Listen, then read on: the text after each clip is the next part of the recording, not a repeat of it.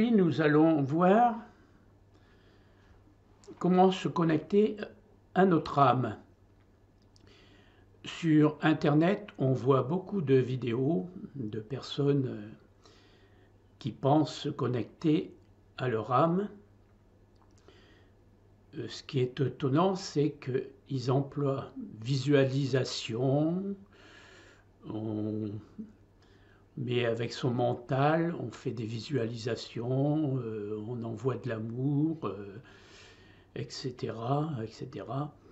Mais si on emploie des visualisations et des exercices comme ça, on n'arrivera jamais à se connecter à son âme, car l'âme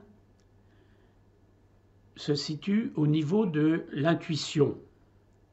Et pour se connecter à l'intuition, il ne faut surtout pas employer le mental. Donc j'ai des gros doutes sur les personnes, du moins quelques-unes, qui disent se connecter à leur âme. Pour se connecter à son âme, il faut avoir une intention, une grande intention qui vient du fond de nos tripes, comme on dit. Et ce désir, cette intention, il faut qu'elle soit très grande. En fin de compte, c'est toute notre vie. Et on ne fera pas intervenir le mental. L'intuition pure, c'est une connexion qui se fait, quelque chose qui arrive sans préparation mentale, ni visualisation, ni exercice respiratoire. Il suffit de commencer à se mettre en état de paix intérieure. L'état de paix intérieure est un état, ce n'est pas encore une idée du mental, dire ben non, je suis en paix intérieure. Non, c'est un état, il faut devenir cet état. On devient une paix, on ressent cette paix intérieure, on est la paix intérieure. Donc pour se connecter à notre âme, il faut d'abord établir cette paix intérieure.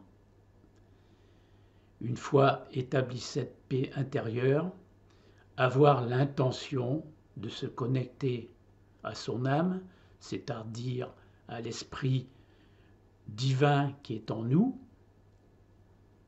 Et ce que je vais dire par la suite, je le souhaite de tout cœur, mais vraiment de tout cœur, à tout le monde, de ressentir une fois dans leur vie, dans leur méditation, ou même dans leurs rêves, car on ressent aussi cette effusion. C'est une effusion qui se produit à un moment donné, qui vient du haut de la tête. Elle peut venir aussi de l'arrière, entre les omoplates. Ça envahit tout le cœur. Et alors là, vous avez une effusion d'amour, mais incroyable, qui ne peut être décrite avec des mots. Ça, c'est la fusion avec notre âme, c'est la connexion avec notre âme qui s'est faite par notre intention et notre intuition d'avoir cette connexion. Alors, plus rien de mental s'établit. On voudrait que cette effusion soit dans notre vie de tous les jours. À tout moment, on voudrait qu'elle persiste à fond. Je vous souhaite vraiment du fond du cœur que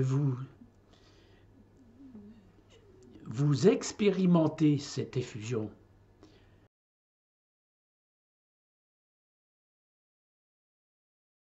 Méditation, avant tout, c'est la connexion à notre âme.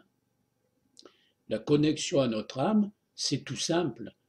Comme on dit dans les évangiles, fermez la porte et rentrez à l'intérieur, et là, vous êtes connecté directement avec la partie divine qui est en nous. Voilà. Donc, pour se connecter à son âme, c'est pas compliqué. Tout simplement, c'est d'abord l'intention. L'intention du cœur fait que nous allons nous connecter. C'est comme quand on a un désir très profond qui vient du cœur.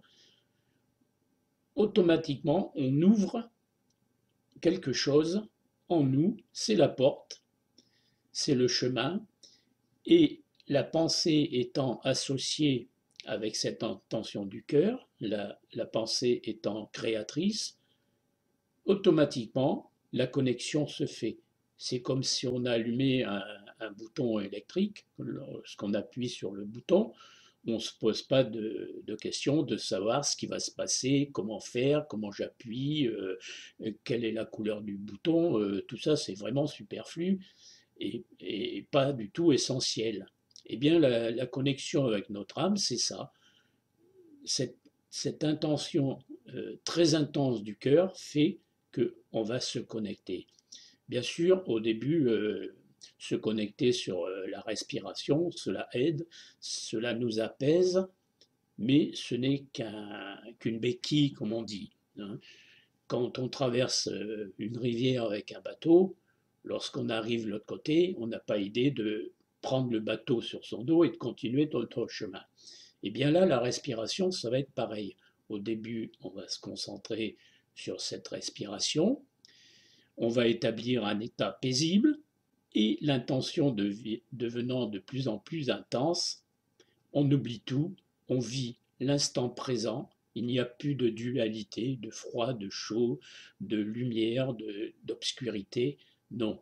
Ce qui va se passer, c'est qu'à ce moment-là, nous allons sentir une effusion qui va nous envahir. C'est ce que j'appelle l'amour avec un grand A, car l'amour divin, c'est ce qu'on appelle l'amour inconditionnel. Là aussi, on voit beaucoup de textes sur l'amour inconditionnel. L'amour inconditionnel, on ne peut pas le décrire avec des mots si on ne l'a pas vécu. Eh bien, moi, je vous dis que lorsque vous vivrez cet amour dans votre, non seulement dans votre cœur, dans votre tête, mais dans tout votre corps, eh bien, vous n'aurez plus qu'un désir intense, c'est de renouveler l'expérience. Voilà ce que c'est la voix du cœur, la voix de l'âme, c'est la connexion avec cet amour